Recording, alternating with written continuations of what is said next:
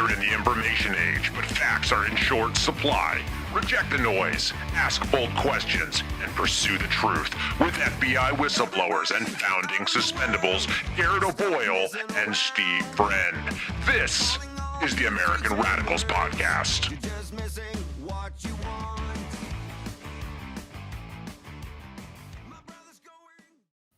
It is the American Radicals Podcast on a Tuesday, coming back after a full week of hiatus for the Thanksgiving holidays. Grateful to be here today, 10:30 Eastern Time on rumble.com/amradpod and on the YouTube, which is the American Radicals Podcast, iTunes, Spotify, iHeart, also on @XAmericaNews.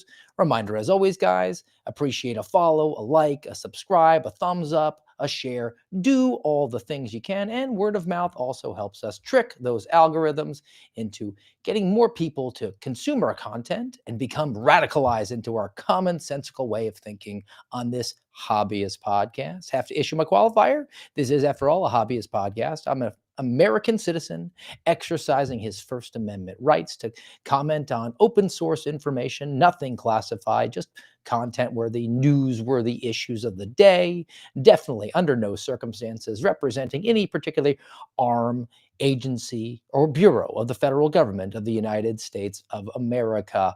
So it's a brand new week. It's a brand new month, December 2nd. Today's my parents' wedding anniversary. So I know you're in the chat. Happy anniversary, Mom and Dad. They do it right. They both log in on their phone, so we get an extra view. Thanks again. And today we're going to be talking about something that's kind of serious: overpromising and under-delivering. Now, this whole thought process came about me last week.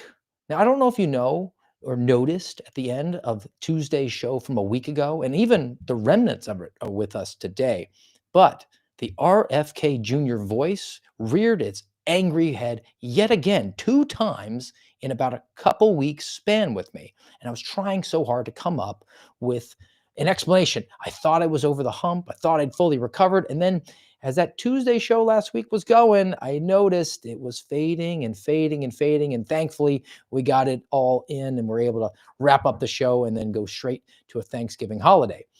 But part of a Thanksgiving experience in the Friend household is that Madam Friend, she likes to get out the Christmas decorations and get the tree up and get the wreaths out and all the decor around the household. And I think that the dust that was kept there for the last 11 months might have just aggravated my RFK voice, but sort of getting off topic, the Christmas decorations. That to me is the biggest overpromise and underdeliver. Now, stick with me on this. When you make some sort of a change to your household, you're thinking, hey, I'm going to redo my kitchen, or I'm going to add an extension onto the back porch. I'm going to reshingle the roof. I'm going to paint the bathroom. That change, there's a sort of a permanence to it, isn't there? I mean, you could always go back and renovate again, but at least for the time being, for years on end in the future, you would think that there's a permanence to it. That's the promise and the delivery. No problem. But with Christmas decorations, it's an adjustment, it's a tweaking of your house, it's a decorations, and there's no permanence because it's going away after a month. It's just the biggest letdown. You go through all this work and you think, all right, take that sigh of relief, look at a job well done. And you know that in a matter of 4 or 5, or I don't know, if you're white trash, 6 months, then you're going to actually have to break it all back down. That's a under delivery for me, which is kind of why I compare putting Christmas decorations up to swimming into the ocean. Every stroke you take is just a stroke you're going to have to take back. So I don't know, call me a Grinch, whatever.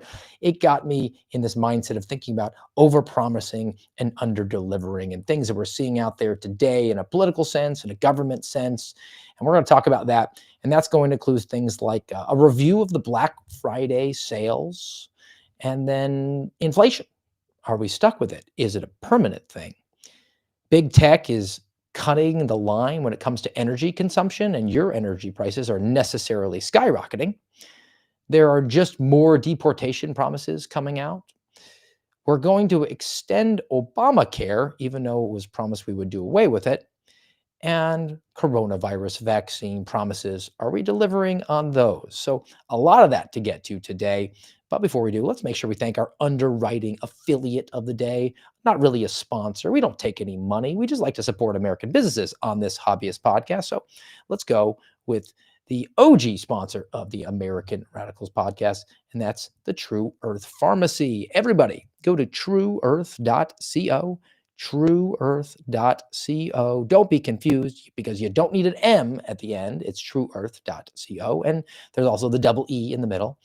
And we're coming up on the end of the calendar year. That's never too late to start getting healthy in 2025. So they have a nice assortment of different supplements there, black turmeric. They have the mushroom supplement, some CBDs, even some stuff for your pets. If maybe you like to do some home gardening, you have a homestead, they also have the fertilizers available there. All of it available to you with a 10% discount. Go to trueearth.co and you use our proprietary code, which is AMRAD25, AMRAD25. It's 2025. You only got a couple weeks left, but you still have an opportunity to get healthy in 2025. So take advantage of that, guys, and go to trueearth.co. Now, I built it all up, and we're going to talk about those issues, but I also think that there's a matter of overpromising and under-delivering and the contrary nature with the business world and the political world and the government world. And then maybe that's an explanation for why we're seeing so many of these overpromises and they just haven't borne themselves out.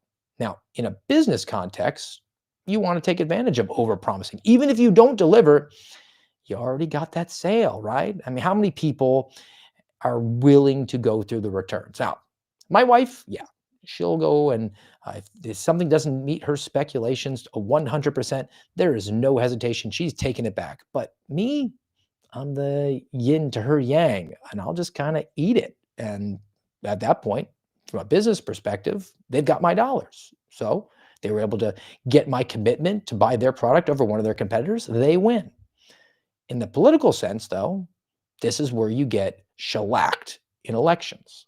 If you make certain promises, people have expectations, certain level of excitement, and you fail to deliver or even get close to delivering, the pendulum swings back hard. And then lastly, the government sense. There should never be an overpromise or an underdelivery because it's pretty much all spelled out. We have this little pesky, dusty old document that lays out very specifically a finite amount of duties and responsibilities that the American people expect from their government. We have a social compact. We agree to give up a certain number of our liberties, and we expect the government to deliver on certain things like protecting us against fraud and force, maybe coining some money. We'll get to a subject on that here in a minute. Sign a treaty, protect the border, and that's about it. Deliver on the deliverable. Nothing more, nothing less. But when you get into combining the politics with the governance and we overpromise and then we get distracted, and we not only don't deliver on the promises that you made, which weren't actually within your directive, weren't within your list of duties and responsibilities, but you get distracted and you don't do the things, that finite list of things that the American people expect from you. And in a political sense, you're going to reap the whirlwinds and it's not going to be good. So I said this is sort of a serious day, and let's get to it. And let's begin with the Black Friday review because there was all this hoopla about how much money was spent right after Thanksgiving, which is an American tradition to just empty your bank account and go at 3 o'clock in the morning to the stores to go and get the latest and greatest tech or toy or game, whatever. But the facts and figures behind it, there's a little bit more than meets the eye. So for our first story of the day, we'll go to Reuters. Headline, U.S. Black Friday online sales hit a record $11.8 billion. That is a record. They sold about $5.5 billion of merchandise on Saturday, $5.9 billion on Sunday. It's up over 9% from last year because we're so back. America is back, baby. We're base now. But despite more spending, shoppers bought fewer items. Well, how could that happen? Pretty easy. The items they were buying were more expensive because we have this little thing called inflation. So the adjoining piece and a half for that, is from CNN, which is all too happy to talk about just how bad things are because they are not fans of the president because he's mean, orange, and literally Hitler. So from CNN, they describe a K-shaped economy and inflation boosting Black Friday sales. Now, a K-shaped economy, for those who don't know, is basically the haves and the have-nots. So the people that are doing really well are going gangbusters. Their 401ks, their IRAs, their investment portfolios, they're just going through the roof. They're the rich, those evil rich that CNN can't wait to villainize. And then the rest of the folks, they're suffering. They're feeling the pinch. Maybe they're seeing their retirement accounts go up, but they're not really going to realize those gains anytime soon, and they're having to pull the belt a little bit tighter. So CNN sort of hones in on the matters here, and back to the piece from them, they mentioned something about the Federal Reserve. The Federal Reserve showed that consumer spending among low and middle income consumers, the lower leg of that K, is on the decline. Meanwhile, the Federal Reserve also found that high end consumers are continuing to spend, including on luxury items and travel. So we're getting a bigger divide. We're going to have more of class warfare happening if things continue on this trajectory. Now, another disturbing trend that's attached to the Black Friday sales, and it's just basic personal finance, and it's concerning, and the reason behind it is even more concerning, is an increasing number of people using this buy now, pay later. And they say BNPL, buy now, pay later. Back in my day, back when we walked uphill both ways in the snow to school, we called it layaway, and that's what it is. But because it's online now, you go to Amazon or any other sort of platform to make a purchase, it gives you the option $20 today and $20 in a month and $20 in a second month. And all of a sudden, you're able to pay off a $100 purchase over the course of 4 months. It's layaway, but it's also a way that people are purchasing things in time for the holiday season. And it's also a failure to consider the economic conditions and the consequences of actions. And if you're really truly asking how much are the payments versus how much is the product, you might be making a bad financial decision. Now, why are people doing that? And who are the people that are doing that? So, half of all Black Friday shoppers used some form of buy now, pay later. 41% of shoppers who were 16 to 24 years old, so the very young, the Gen Z, or are they the Gen Alpha? Yeah, they're the Gen Alpha. They used buy now, pay later. Younger consumers increased their usage by 87%. It's a growing trend. It's not just the low and middle income, it's also the rich people.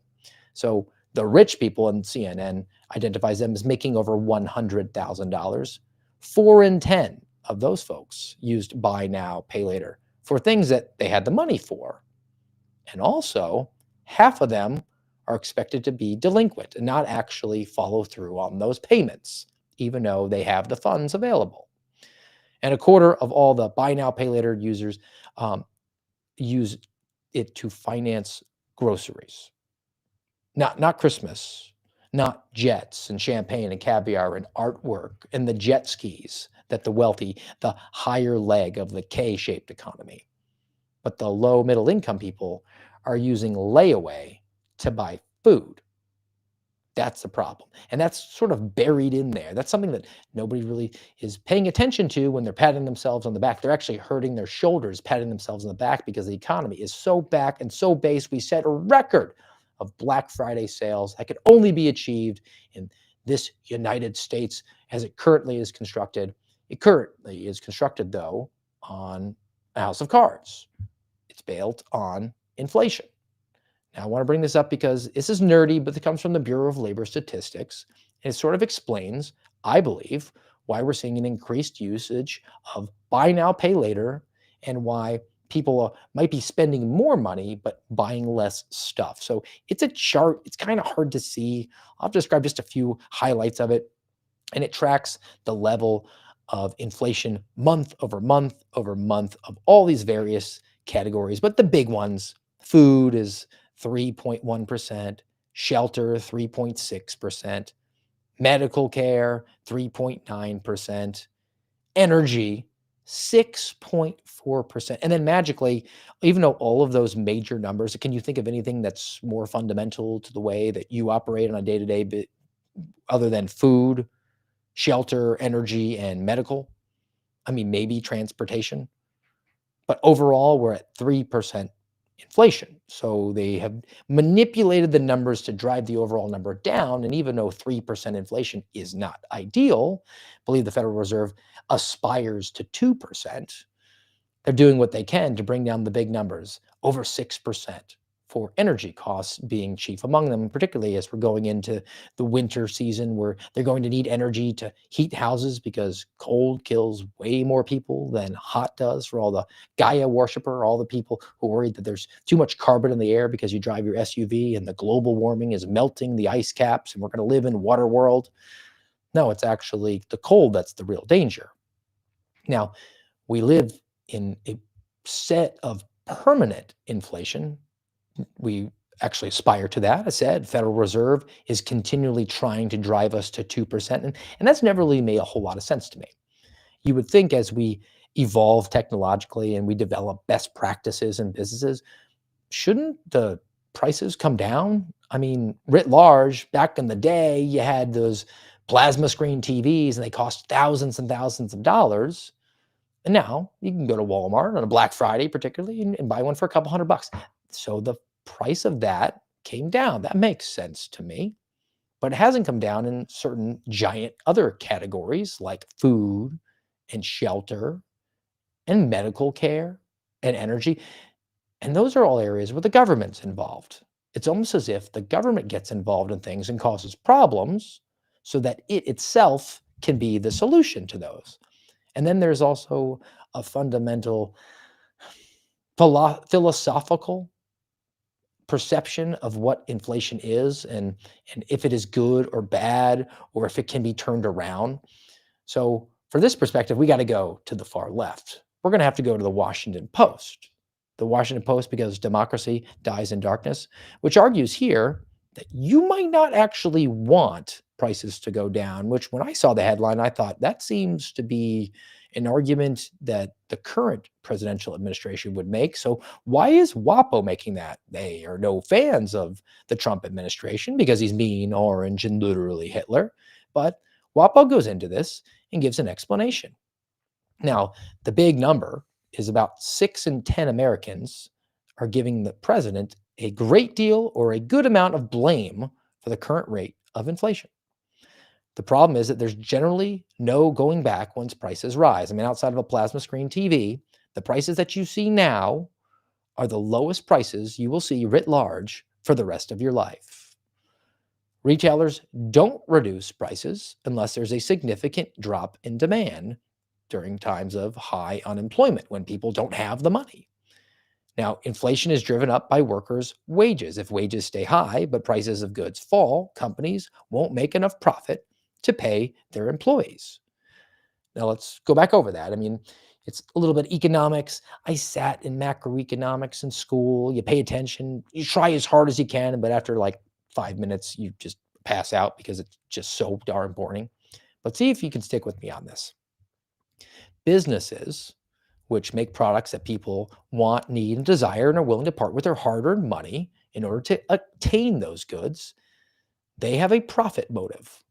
Now, they don't want to bring prices down because they lose out on additional profit. The biggest expenses that businesses have are payroll. Now, if wages are very high, it means that those businesses that are producing the goods that people are willing to part with their hard-earned money in order to attain products that they want, need, and desire, they have to pay their workers more money.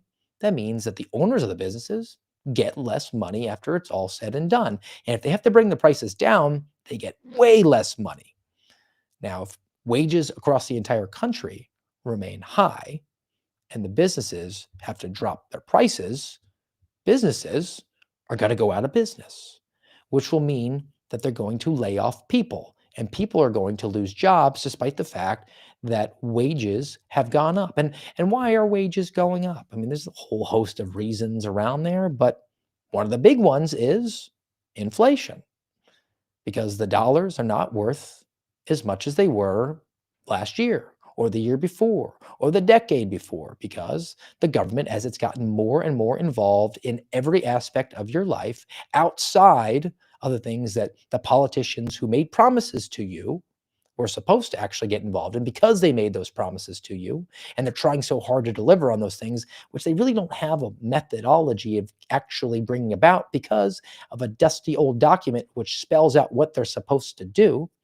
But they made promises. They got to deliver. They got to get close to delivering. Otherwise, you're not going to elect them.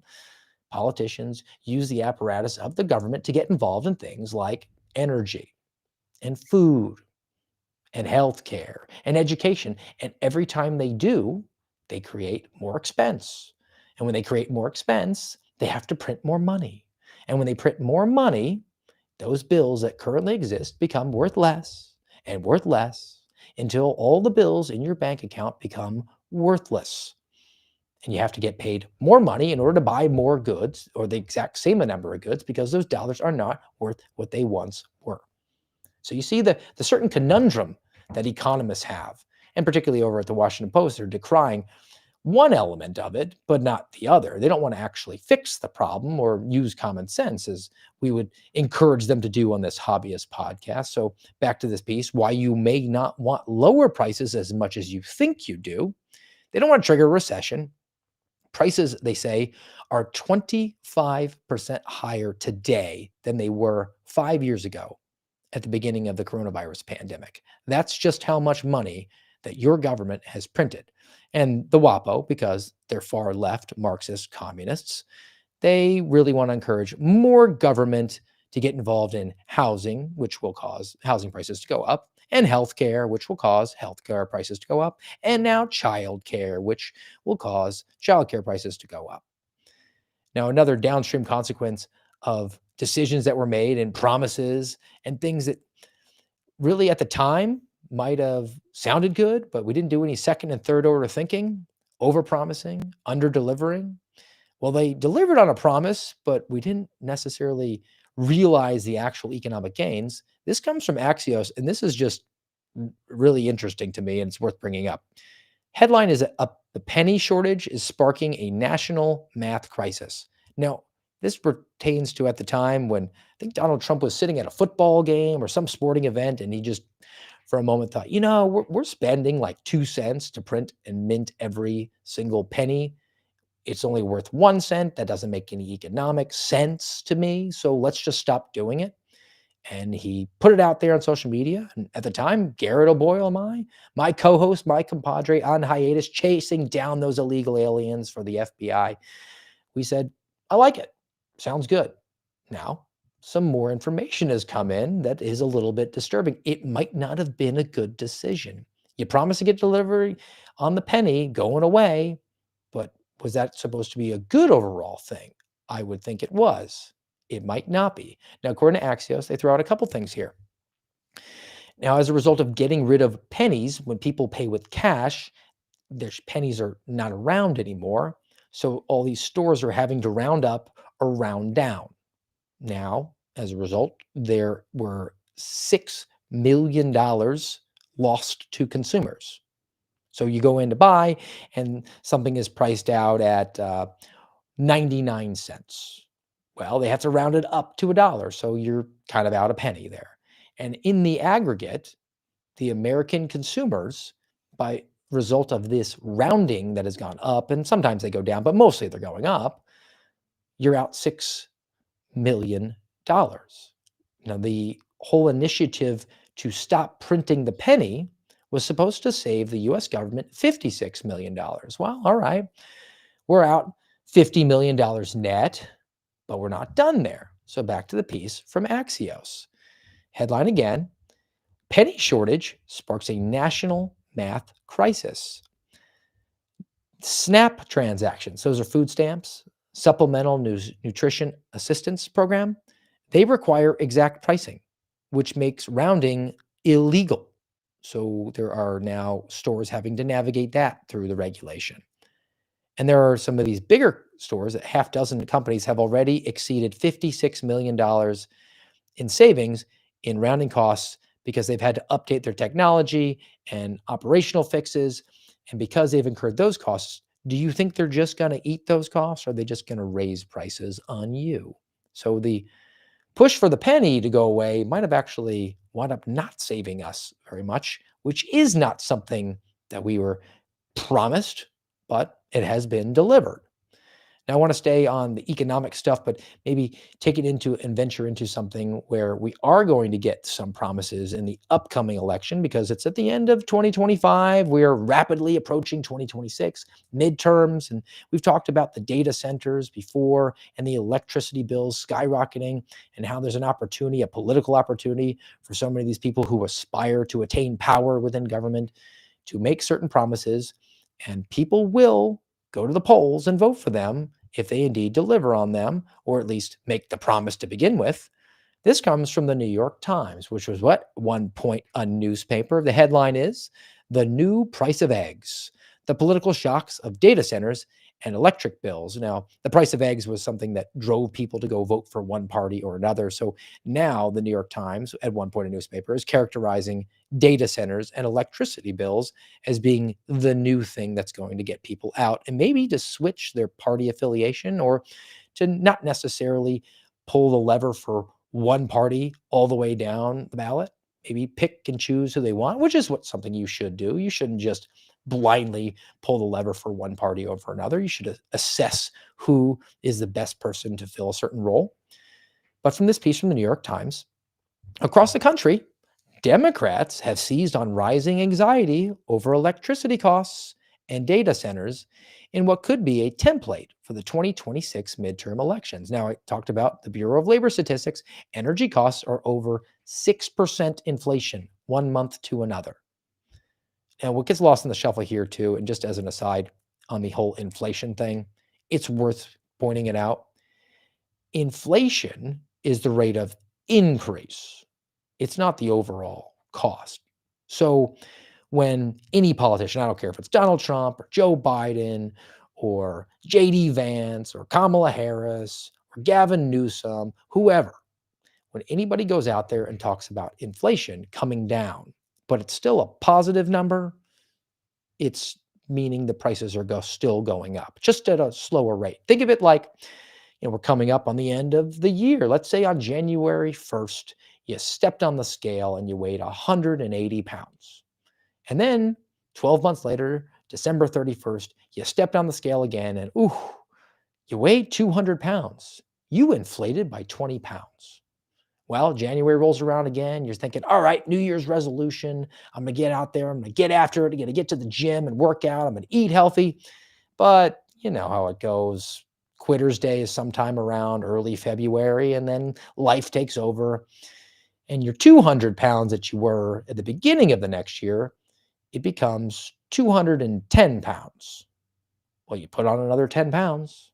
You inflated your body another 10 pounds. You put that wear and tear on all the internal systems, another 10 pounds. But the politicians, they'd be out there bragging. We cut inflation by 50%. It went from 20 to 10. We're doing so great. Are you doing any better at 210 pounds? Or are you actually aspiring to get back to your fighting shape at 180? So that's sort of an explanation I think that makes the most sense. And I would respect someone who's looking into political office, somebody who wants to work in government, for explaining it that way, actually being honest and saying, hey, look, this might be baked into the cake. We might not ever be able to course correct to get back to 180 pounds, but we're going to try to at least freeze us here. And year over year over year, and 5, 10, 15 years down the line, you can say, hey, look, I'm still the same shape that I was when I was 25 and I'm 40. So it's something to maybe be a little bit optimistic about. We're going to freeze where we're at using best practices, using certain levers of power within government to get ourselves out of the business of regulating these things and driving up the prices. Now, the Democrats are going to seize on the electricity bills because that's the new price of eggs, at least according to the New York Times, at one point a newspaper. Utilities have undertaken costly projects to absorb an anticipated surge in demand from data centers. These are these giant warehouses that have to be kept so super cold because of the tech inside of them is burning so hot. And they're getting to the front of the line when it comes to pulling in electricity from particular areas. And they're getting that advantageous position, which means that they're able to pay at a lower rate. And when they suck up all that juice, what's left over is what the rest of us have to compete for, which causes the prices to go up. They're getting that benefit because they're bringing in jobs and they're promising to pay taxes in these local areas, these counties, these municipalities. The people in positions of power just can't resist that sweet, sweet dollar. Now, the current occupant that we have in the White House, Donald Trump, who New York Times, just like Washington Post, would probably argue is mean, orange, and literally Hitler, he's out there beating his chest. He wants artificial intelligence. I'm not a Luddite. I'm not an expert on it. I'm not saying that this is the horses, something we have to shove back into the barn. I am, however, interested in how it's going to interact with us, how it's going to affect your day-to-day, not just lifestyle, but the costs that you're going to incur as a result of having to be awake and alive and operating. But Donald Trump, according to the New York Times, is all about artificial intelligence. He wants to push things through. He wants to help big tech, making promises for the little guy, but are we going to deliver on those? This comes from the Bipartisan Policy Center, which is at bipartisanpolicy.org. Headline is a strategic federal actions aimed to strengthen AI and energy infrastructure. It's long and boring, but they point out some of the things that the Trump administration has done in order to boost artificial intelligence and how big tech is going to reap the whirlwinds from it.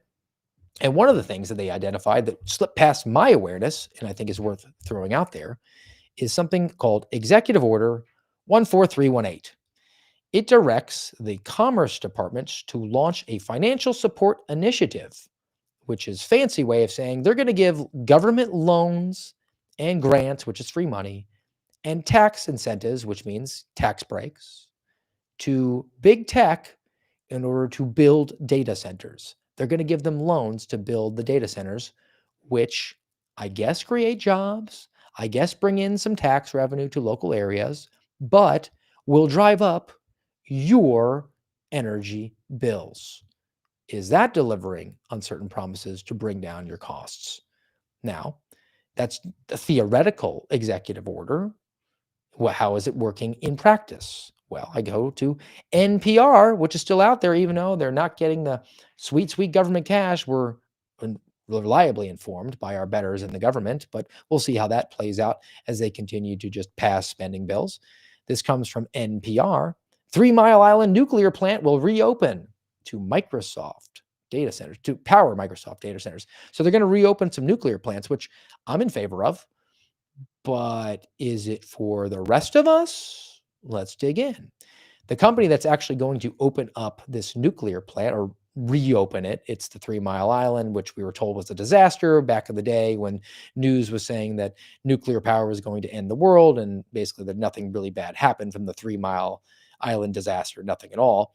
But Constellation Energy is now going to reopen the nuclear power plant, and it's going to be open for 20 years. Unlike power plants using fossil fuels like coal and natural gas, nuclear do not directly release carbon dioxide. Oh, so NPR is acknowledging what I've said since the beginning, is that nuclear power is reliable and it is safe and it is clean.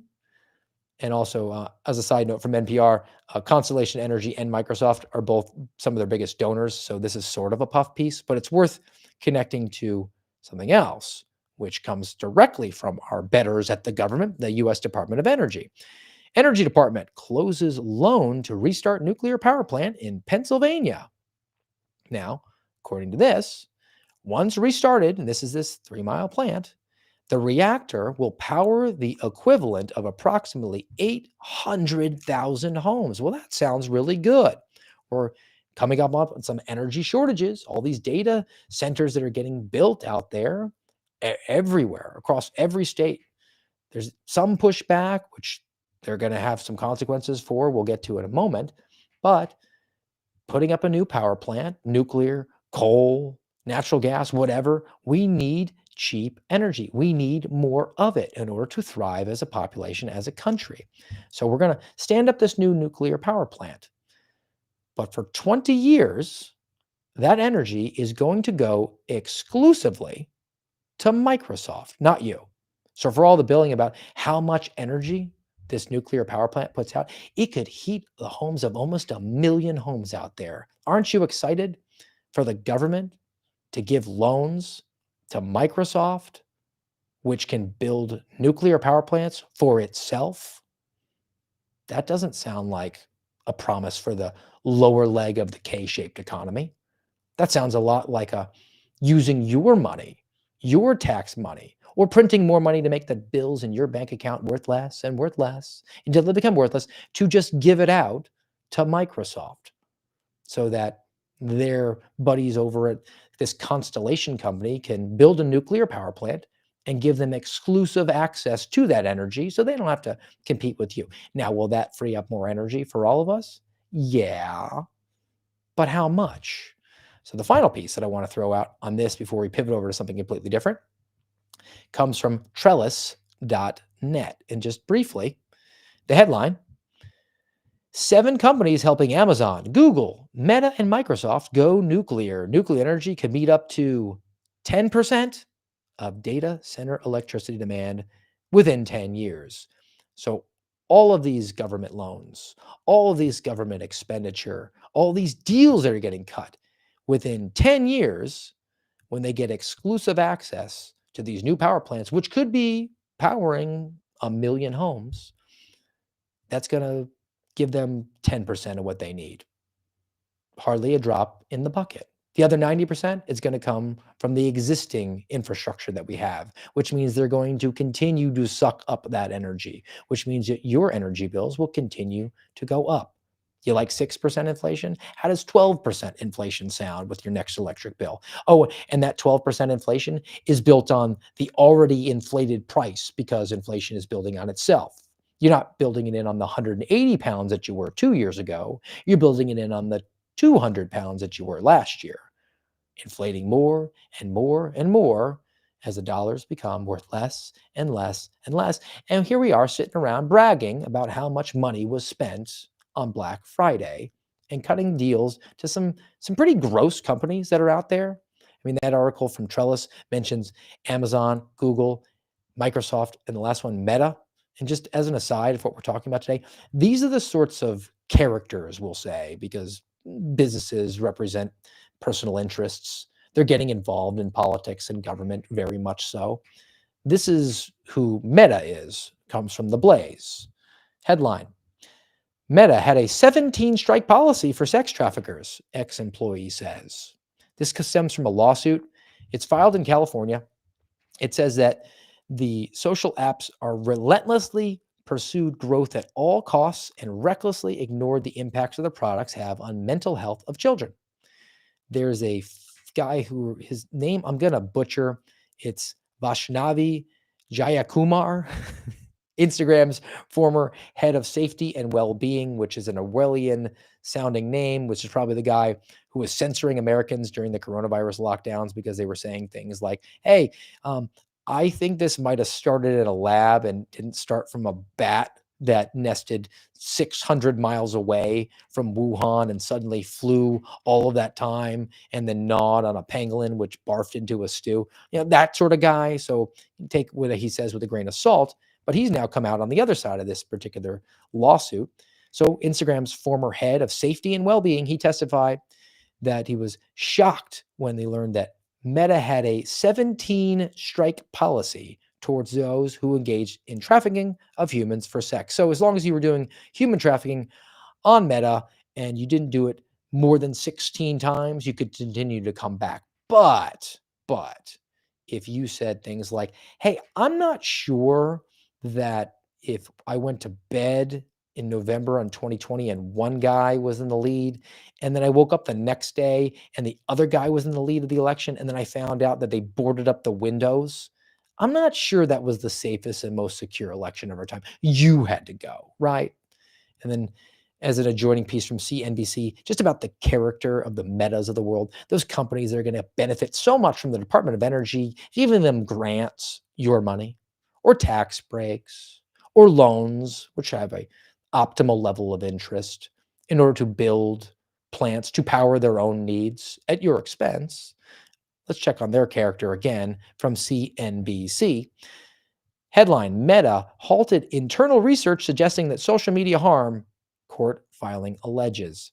This is connected to the exact same lawsuit, whereas not just 17 times of human trafficking in order to get booted off of Instagram. Meta initiated its own study, which is called Project Mercury.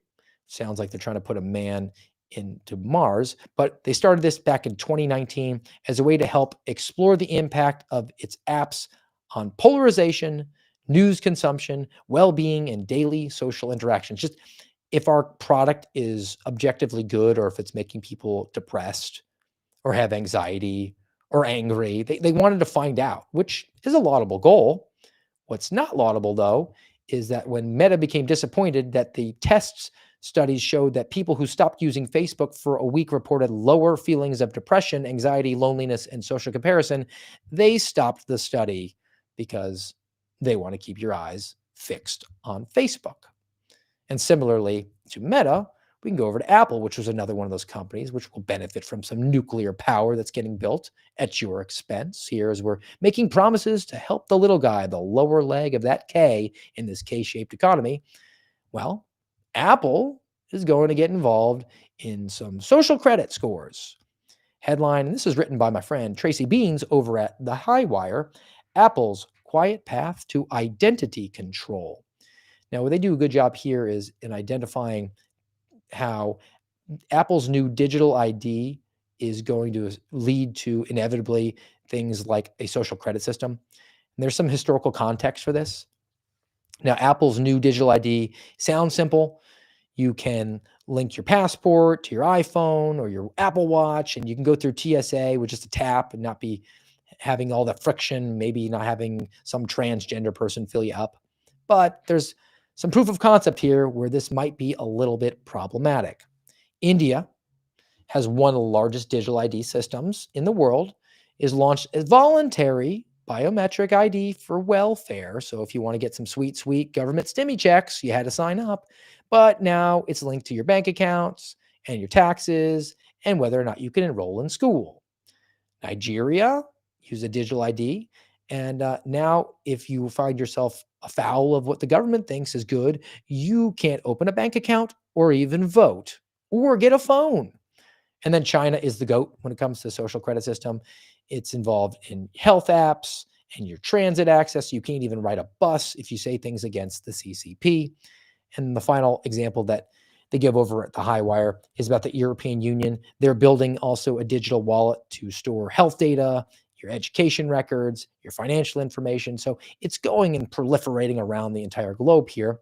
The concern, though, for the Apples of the world, not just the tech, not just this feature, this idea, is that Apple is going to be able to circumvent that old dusty document that we have that memorializes our social compact between the people of this country and the government that says we give up certain liberties, but we have certain asks, demands of you, protection against fraud and force, coining some money, maybe going back to coining some pennies, a treaty, protecting the border, very finite amount of responsibilities. And we also have really listed out expectations and demands and protections in a Bill of Rights. Now, Apple, because it's a private entity, even though it has partnerships with the government, can work around things like the First Amendment, the Fourth Amendment, even the Third Amendment, because Apple is not acting on behalf of the government, theoretically, even though they have relationships with people in government who kind of give them a wink, wink, nod, nod, nudge, nudge to take you down off of some platform that it deems to be engaging in wrong thing. That's a First Amendment concern, but it's a private actor. Fourth Amendment, same thing. The FBI might want to get your records from Apple. Allegedly, they have to get a search warrant or a subpoena. But if Apple just hands it on over to them, like Meta did for so many people what pertained to being an anti-government, anti-authority, violent extremist, because they had an informant who worked over at Meta, Operation Bronze Griffin. You have to check that out on your own. And then my final one that I've brought up before, and it's been a minute since I talked about it. I have a Third Amendment concern here. Now, Third Amendment is kind of largely forgotten because, Steve, come on, quartering of soldiers? Well, stick with me on this one. Yeah, what was the point of putting a red coat in a colonist's house, or at that point, when they declared independence, an American's house? Well, they could spy, they could give intel back to the British military, they could just suppress your speech. They could listen in on the wall. Maybe you're having a private conversation with your spouse. Find out what you're talking about. And it's just, you're a little bit nervous. You don't want them to hear it. So you just stay quiet. What's the difference between that and an Apple Watch, which is sitting on your bed next to you, listening to what you're talking about and reporting back to the government, which doesn't need a search warrant now because it's just a private actor? We made certain deals through our social compact. We have certain expectations of our government actors. And when they raised their hand and swore that oath, that was a promise. We said how overpromising and underdelivering isn't always a problem in the private sector in business, because once they have your business, it's fine for them. Most of the time, they kept you away from a competitor. And most people, once they choose a brand, they're kind of loyal to it. Politics, it could be a death knell, right? That pendulum swings back. You fail to deliver, you might lose the next election.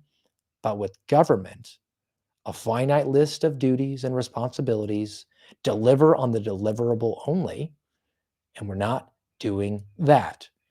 You made a promise to uphold and defend the Constitution of the United States against all enemies, foreign and domestic, and that includes the Bill of Rights. And you're going to fail to deliver on it by partnering with the Apples of the world, the Metas of the world, the Microsofts of the world, to not just circumvent First, Third, and Fourth Amendment rights, but to personally enrich themselves, to get access to certain goodies that the American people don't. How many of you are looking forward to getting that government loan or grant or tax break in order to build your own nuclear power plant? Hasn't happened for me. I don't know about you. All right, let's pivot over to some immigration stuff. Now, one of the promises that I delivered at the end of last year, particularly at the end of the election cycle last year in November, when Donald Trump won the presidency and the Republicans won both houses of Congress, was that there was a mandate from the American people. One was to deal with inflation, and we just talked about that. I don't know if we've delivered. The other one was to deal with illegal immigration. There were going to be mass deportations. That was what we were sold. My promise to you all was that the sob stories were already written by a leftist, communist, Marxist media, and they delivered for me. And we were just going to have to absorb that and move through it, because no matter what you did, you're going to be characterized as mean, orange, and literally Hitler. So we might as well deliver on the mandate. But I've been doing more and more reading about how the deportation efforts are continuing to push forward a narrative that these are just brown shirts, these are goose steppers, or violating the rights of illegal aliens who don't really have rights. But are we getting the delivery? Are we getting the mass deportation? So I've got a couple pieces here. The first one comes over from the Washington Post, because democracy dies in darkness. And it's about Chicago, which we did sort of an in-depth review of, and how the life of a border patrol agent who's going through, or customs is going through and doing deportations. Their convoys are getting attacked, 4 different car attacks and drive-by shootings in a single day. But this one comes from Washington Post. Headline: DHS swept Chicago to get, quote, the worst criminals. Many have no record. Huh. I don't care. I'll just say it. I don't care if they have a criminal record. They're an illegal alien. They deserve to get deported. But let's find out how bad it is according to WAPO. 2 months ago, Department of Homeland Security sent immigration officers to Chicago to detain and deport violent offenders that the agency said were released from state and local jails because of sanctuary policies. That's the policy in the state of Illinois that says that law enforcement can't cooperate with the federal government when it's actually enforcing federal law, when it's actually fulfilling on the government promise, delivering on the promise to protect the borders. Illinois doesn't want that, so they're going to resist it. #resist. So far, according to the Washington Post, Department of Homeland Security says it has arrested more than 4,000 people. But according to WAPO, only about 120 of them have a criminal arrest or a conviction. Well, I mean, perish the thought of another 3,880 of them who violated our law. That's not a crime, according to the Washington Post. But here are some of the sob stories that I promised and WAPO delivered on. First one, Juan Manuel Armenta. We'll call him Juan. DHS included Juan's mugshot in a press release titled Pedophiles, Abusers, Rapists, and Other Violent Thugs Arrested. It described Juan, who concedes he crossed the border illegally more than 30 years ago, as a criminal illegal alien. That's true because he broke our laws and he's an illegal alien. Ergo, he's a criminal illegal alien. I mean, it's a little bit of redundancy. Illegal alien is sufficient. He has also arrests for armed robbery and drunk driving. But the Washington Post wants to make sure that you know that the press release the Department of Homeland Security put out, where it characterized old Juan as being a criminal legal alien who had been arrested for armed robbery and drunk driving, was that his DUI arrest from 12 years ago was reduced to reckless driving. So I guess reducing it from one crime to another. And they didn't charge him with the armed robbery that he got arrested for 19 years ago as an illegal alien. This guy's been in the country for more than 3 decades. Now, the speed that Juan was removed, according to his partner, his life partner, who he has children with and hasn't put a ring on it because he's a great upstanding citizen who engages in armed robbery and drunk driving and snuck across our border 30 years ago. So why would he expect him to actually uphold the values that we're supposed to have in this country? But his life partner, who the Washington Post only identifies by her first name, Yolanda, because they want to harbor an illegal alien. She's also an illegal. She asks, where was his due process? He doesn't get due process in the context of a criminal prosecution. He gets civil due process, where the ICE officers, the immigration officers, find you and then send you back where you came from. That's a good due process for me. But the Washington Post wants to make sure you feel really bad for Juan and Yolanda. Yolanda, should you know, she said that she always planned to go back to Mexico, but right now she just decided not to self-deport. Second story. This woman goes by Vicky. We got to protect her identity. Quote, they are hunting us. She's an undocumented Chicago mother, illegal alien, who, like others in this report, spoke on the condition of anonymity. They are treating us like animals, she said. Every day, Vicky wakes up and chimes from her phone reporting the latest ICE or Border Patrol sightings because she signed up for those apps from companies, those big tech companies. They're going to benefit from all the data warehouses they're able to power with loans from the federal government and grants and tax breaks. So they can stand up apps that report on where ICE is. She gets those to her. And she has chest pains that have landed her in the hospital, where she gets free medical care, which has gone up exponentially. Medical care, according to the latest inflation, is over 3%. Could it be maybe because your dollar bills aren't worth as much? And also because we have millions of illegal aliens that are in the country that are draining down our medical resources? The last one, his name is Ruben. He was picking up materials for a renovation project in mid-October when he was surrounded by immigration officers. His 16-year-old daughter has cancer, so you have to feel bad for him. His attorney said that old Ruben, he doesn't know why he was arrested. He said that Ruben had only run-ins with the law for traffic violations, such as driving without a license. Oh, you mean driving on our roads and not adhering to our laws, so he gets to stay here? He entered the country 22 years ago and is surprised now why he's been removed. Now, they've delivered, the communist, Marxist, leftist media, on the sob stories. So hashtag I was right on that one. But let's go to the overpromise, underdelivering from a governmental standpoint. Did you catch the beginning? This operation, what was it, Midway? Something like that? It's some reference to Chicago.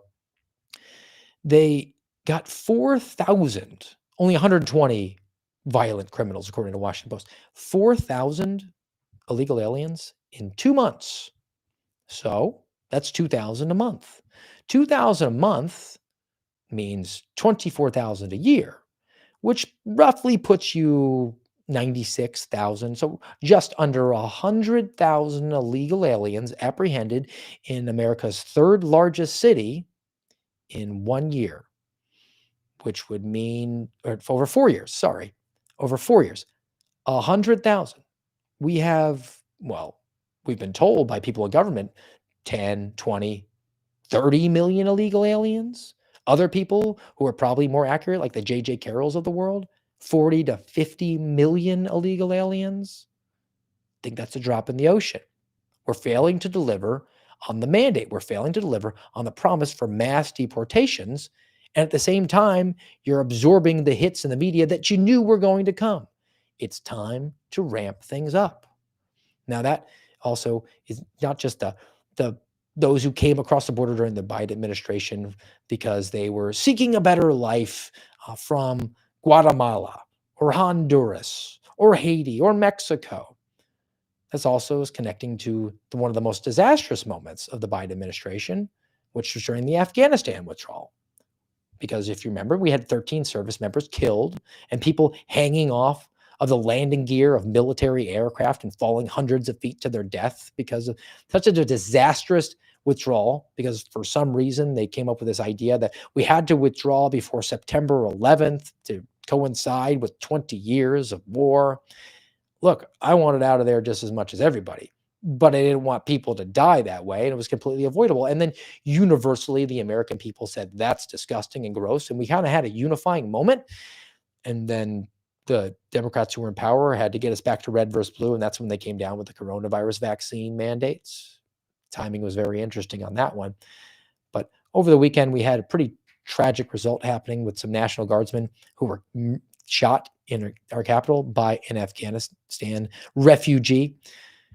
So I want to make sure I just touch on that briefly. Won't talk about the case too much. I actually want to talk more about this piece from PBS, which very much like the Washington Post is going to deliver on the promise to take the worst perspective on things. So from PBS, the headline here is refugee groups worry about backlash after National Guard shooting. They did the Norm Macdonald joke.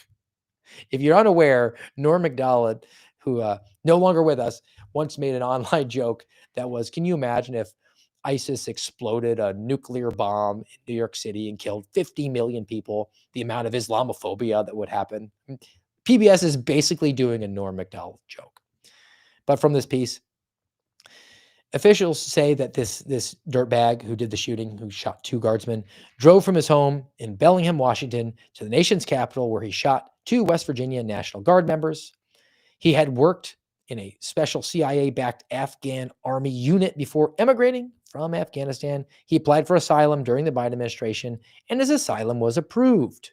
But many Afghans living in the U.S. are afraid to leave their houses because the Norm Macdonald joke might come true, and people in America, even though we're the most welcoming that you can get, I mean, nowhere else in the world could you come in and just say, hey, look, as long as you subscribe to our way of living here, where we have a small government, small R Republican form of government, we want very little out of our government, and you don't demand too much, you can bring your culture and you can bring your food and your music. There's a reason that salsa is the most popular condiment in America. We didn't invent it here. We just absorbed it because salsa is awesome. And there's a reason that avocado toast is so popular. We don't grow the avocados here. Haven't you seen the commercials? Avocados are coming from Mexico. We have a melting pot here. You have to buy into our social compact. But the perspective, the overpromising, and the underdelivering was that everybody coming across from Afghanistan was just the best, even though none of them were actually vetted properly. And we were told that in the FBI that they were dropping tens of thousands of people in various locations. And there were signs being put up, billboards to vote in certain elections, and they were being put in their native tongue, almost like they intended that to be a voter block when they allowed them in the country. But as it comes to the discussion about overpromising and underdelivering and government, we have a very finite amount of expectations. When you get into areas where you're not supposed to be involved and you get distracted, and then you have to tailor back, you have to tamp on back your expectations of what the American people are going to engage in. This is the problem. because we have this patriarchal role we've ascribed to our government, to the people in our government now. They're the daddy government that gives us everything, gives us our stimmy checks and our health care and our student loans. And if you're big tech, they give you a grant so you can build your own nuclear power plant. Well, they're dad in the room, right? And they have to have a very patriarchal view of you. So they have to be sure to make sure to tell you not to go out on the streets and assassinate someone because they came from Afghanistan because something happened in Washington, D.C. over the weekend. This isn't new. This has been going on for decades because there's such a disconnect between our government officials and our people because they're not fulfilling on what they should be, on the mandates, on the promises that are spelled out for them in a dusty old document. Instead, they're getting distracted by making gigantic promises that they fail to deliver on. They don't connect with the people. And the people that are on that lower leg of the K, just the regular folks, they think we're a bunch of rubes, have to be told the most basic things. And it got me thinking about former President George W. Bush, who was telling us back in the day to make sure you don't go after any Muslims. These acts of violence against innocents violate the fundamental tenets of the Islamic faith. And it's important for my fellow Americans to understand that. The English translation is not as eloquent as the original Arabic, but let me quote from the Quran itself. In the long run, evil in the extreme will be the end of those who do evil. For that they rejected the signs of Allah and held them up to ridicule. The face of terror is not the true faith of Islam. That's not what Islam is all about. Islam is peace. Thank you, former President George W. Bush, for telling us what Islam is all about, because we're rubes here out in the burbs and we have no idea. We've never heard of it. You're elite. You've been educated. You know, you need to tell us not to go out there and attack people because they have a different religion than us, even though they're not engaged in any sort of violent action. That disconnect happens when you're not fulfilling the promises that you're supposed to by government edict, and you're focused more on trying to deliver on things that are not within your purview. When you're getting involved in things like healthcare and childcare and housing, when you're giving grants to your buddies, that disconnect creates a problem where you just don't understand your own people. And where the Democrats are seeming to understand electric bills are hurting people, the likes of the George W. Bushes of the world and the people that are currently in charge, the Republicans that are currently in charge, they're not connecting. So let's go back to some promises that could be delivered on still. We've not really done the mass deportations to my liking. I think most people who were expecting the mandate from last year were excited about seeing millions of illegal aliens removed, which would probably bring down the housing prices and create some jobs for people, increase wages. But what can we do now? So some more promises are being made over the weekend as a result of this tragedy that happened in Washington, D.C. with these guardsmen being shot. This comes from CNN. Got a couple different pieces. Headline is that U.S. will re-examine all green cards issued to people from 19 countries as the Trump administration ramps up immigration crackdown. Ramping up. I'm going to need you to define ramping up for me. What is that actually going to entail? Now, these 19 countries includes a couple different ones here that we should know. Afghanistan, obviously. Chad, Haiti, Iran, Libya, Somalia, Sudan, Cuba, Venezuela. Now, not included, Saudi Arabia, Turkey, Egypt, Iraq, Syria, Pakistan, Uzbekistan. I don't know why they eluded this reevaluation of green cards. Trump said in his remarks, and I think I have it. I'll throw it up. It's hard to see, but one quotation from Trump, he put this out on Truth Social. Quote, "We must now re-examine every single alien who's entered our country from Afghanistan under the Biden administration, and we must take all necessary measures to ensure the removal of any alien from any country who does not belong here or add benefit to our country." Agree wholeheartedly. I think you already made that promise. I don't know why we need to make more promises to do the thing you were supposed to do to begin with, but maybe if this reinvigorates that effort here, I would like to see not 19 countries, maybe all the countries included, particularly if you came here illegally. It seems like you should be deported. Just follow through on the promise. That's actually in keeping with that list of promises that we have from our government. Protecting the border. No problems with you making promises there. You just got to deliver on it. Now, another one here is more salacious. It comes from the president, and this one's a little easier to see. Again, comes from Donald Trump's Truth Social account. And this is about the auto pen, which is continuing to plague the former Biden administration. We'll see if it does or doesn't. A quote from the president, current president, who's mean, orange, and literally Hitler. Quote, any document signed by sleepy Joe Biden with the auto pen, which was approximately 92% of them, is hereby terminated and of no further force or effect. Okay, you've said the thing. My question is, are you going to follow through? Are all of those executive orders null and void? Are all of those pardons null and void?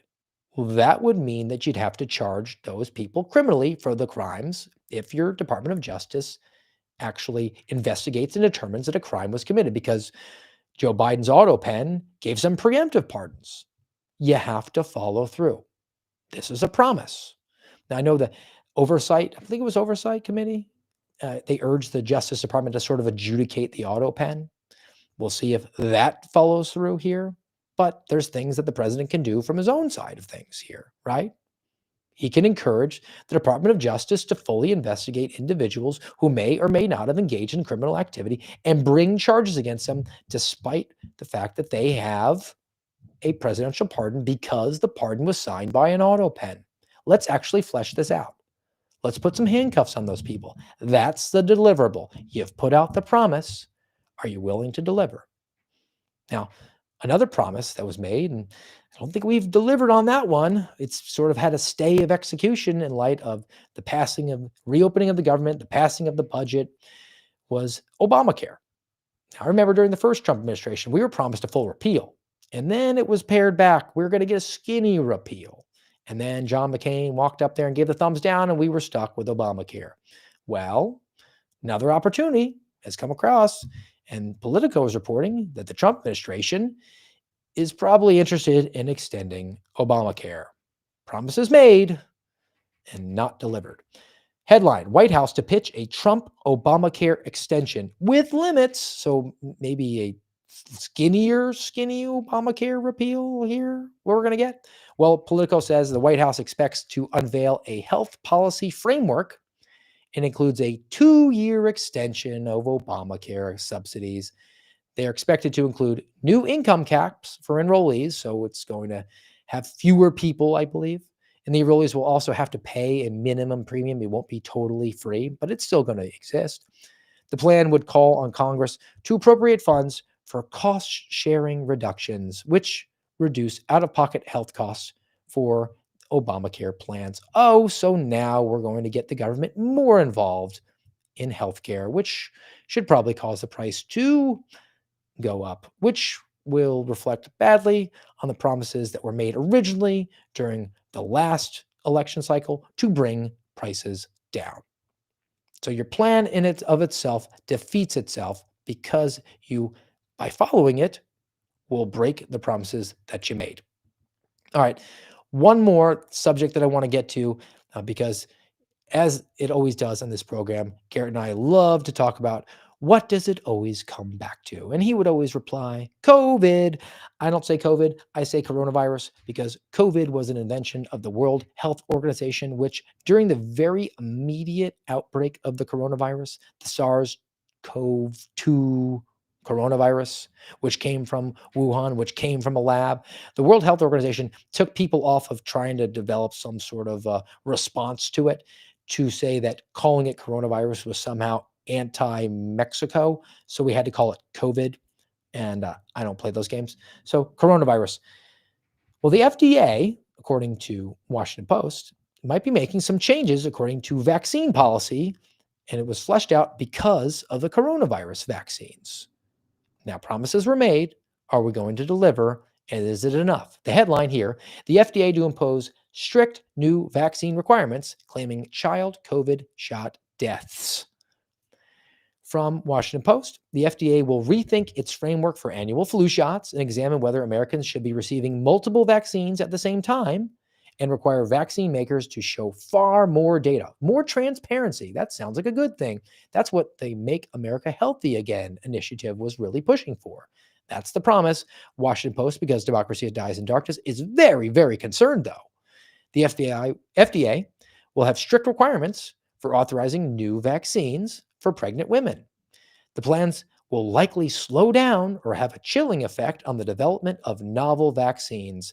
And WAPO is very scared that you won't be able to inject experimental gene juices in your arm because now they're going to have to be transparent.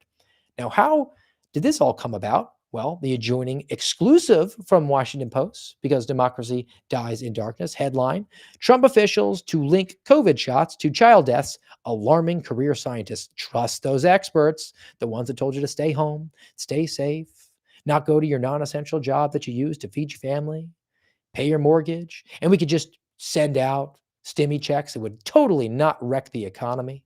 And your kids would have no learning loss. They were resilient, 100%. Those sorts of scientists that told you to put on a mask, put on a diaper over your face, and stand 6 feet away from somebody so you wouldn't get an airborne illness, they're very concerned. Now, I want to get to the actual facts and figures here. Trump health officials linked the coronavirus vaccine to the deaths of 25 children. They did that by going into VAERS, which stands for the Vaccine Adverse Event Reporting System, VAERS. Now, Washington Post likes to dismiss the VAERS reporting system, which is voluntary. You can go to it. Doctors can, nurses can, pharmacists can, patients can. They say, oh, that's not accurate at all. But I have this friend who's really into the MAHA movement. Referenced her before from the High Wire, Tracy Beans. I reached out to her actually because I'd heard that VAERS underreports the statistics that are attributed to the VAERS reporting system are underreporting the actual problem. And I was told it was something extreme, like the VAERS numbers only reflect about 10% of the actual events out there, which would mean that 25 child deaths would be more accurately, 250 would be a more accurate estimate. Now, what Tracy Beans told me is that I was off by an order of magnitude. VAERS is underreporting by 99%. Only 1% of the actual adverse events get reported into VAERS. So, 2,500 child deaths are likely to have occurred as a result of an experimental gene juice that we were told when the Biden administration evacuated Afghanistan and got 13 service members killed, and all Americans said that was messed up. We were told by the same administration that we had to inject it into our arms so that we could work and get the mark of the beast and engage in commerce. We were told it was safe and effective. Now, where's the promise? Where's the deliverable? The promise is we're going to have some framework changes over at the FDA. Not enough. We were promised accountability. You know what accountability looks like for me for the deaths of 2,500 children, let alone the number of injuries out there, let alone the number of deaths of not children, adults out there? That looks like hangings after a fair trial, of course. I think we need to truly see accountability if there's ever going to be a delivery on the promise that was made about making sure that we're going to make America healthy again and hold those experts accountable for what they did to us over 5 years. Amnesty is not an option. If amnesty is offered, it's just another overpromise and underdelivery. All right, so we've reached the end of the AmRad pod for the day, guys. And reminder, if you haven't already, give us a nice thumbs up, share, subscribe, follow over on rumble.com/AmRadPod, YouTube, The American Radicals Podcast, at X America News, iTunes, Spotify, iHeart. Trying to expand the brand out there, guys. We appreciate any sort of boosting that you can give us in that department. We're done, but we're not done because I got to make sure that I leave you with a nice biblical worldview and a cool palate cleanse for the day. So first to the biblical worldview, which should be in keeping with what we're talking about overpromising, underdelivering. Let's do the exact opposite, which is what we learned from in Proverbs chapter 25, verse 14. Like clouds and wind without rain is one who boasts of gifts never given. Inflation is with us forever without actual cuts, without actually scaling back the level of government to something like 1% of where it currently is. Or at least be honest with people and say it's baked into the cake. We have to get more aggressive with the deportations of illegals. What's already baked into the cake is the sob stories about people who came illegally to our country, but they weren't violent. They were just here milking on the system for 30 years. They need to all go. Make America healthy again. Some changes at the FDA are nice, but unless we get the sweet, sweet accountability that we were promised, it will never be sufficient. All right. And I don't know about you. I actually behaved over Thanksgiving. I ate pretty healthy, but I know a lot of people kind of rip it and rip it. They say, oh, yeah, I'll have another second, third, fourth slice of pumpkin pie. And maybe it's time to get into the gym. I know people wait through the holiday season and they hit January. Nope. Today is a good day. So I found this cool video. If you decide to make today the first day of the rest of your life and to get into shape, maybe some workout tips or maybe something to aspire to.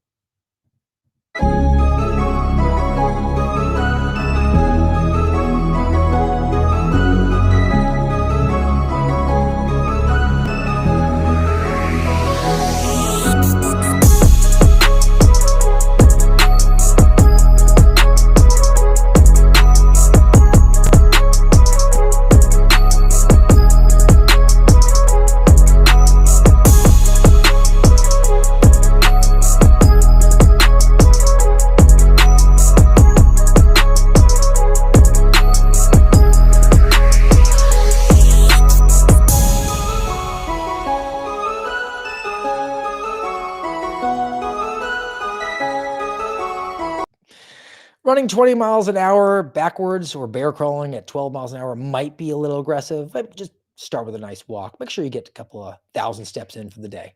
All right, guys, that's going to do it for the day. As always, appreciate you joining us here on rumble.com/amradpod, YouTube, the American Radicals Podcast. Plan to be with you on Thursday, 10:30 Eastern Time. And until then, have a great day.